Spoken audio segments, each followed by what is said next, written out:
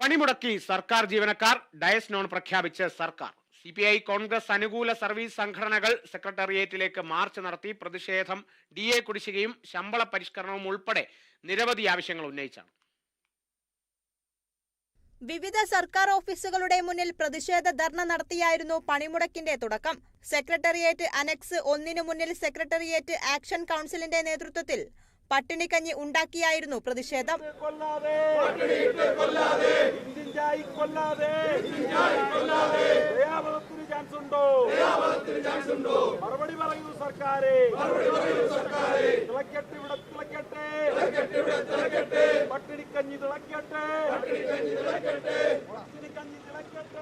ജില്ലാ ട്രഷറിക്ക് മുന്നിൽ ധർണ നടത്തിയ ജോയിന്റ് കൗൺസിൽ സെക്രട്ടേറിയറ്റിന്റെ സൗത്ത് ഗേറ്റ് അടപ്പിച്ച് പ്രതിഷേധിച്ചു.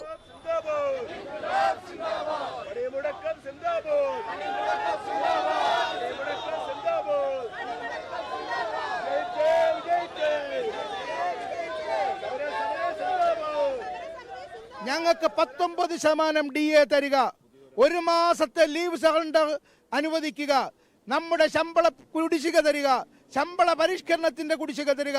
കഴിഞ്ഞ ജൂലൈ മാസത്തിൽ നമ്മൾ അർഹരായ ശമ്പള പരിഷ്കരണം നടപ്പിലാക്കുക.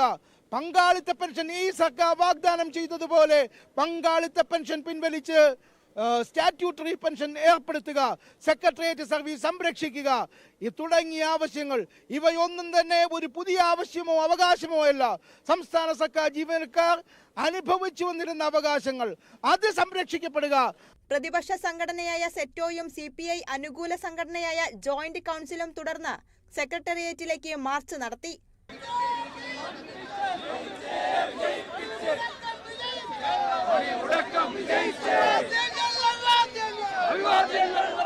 സെറ്റോയുടെ പ്രതിഷേധ മാർച്ച് അഭിസംബോധന ചെയ്ത് പ്രതിപക്ഷ നേതാവ് VD സതീശൻ സംസാരിച്ചു. സംസ്ഥാന ചരിത്രത്തിൽ ഇല്ലാത്ത വിധം സർക്കാർ ജീവനക്കാരോടും അധ്യാപകരോടും സർക്കാർ അവഗണന കാണിക്കുന്നു.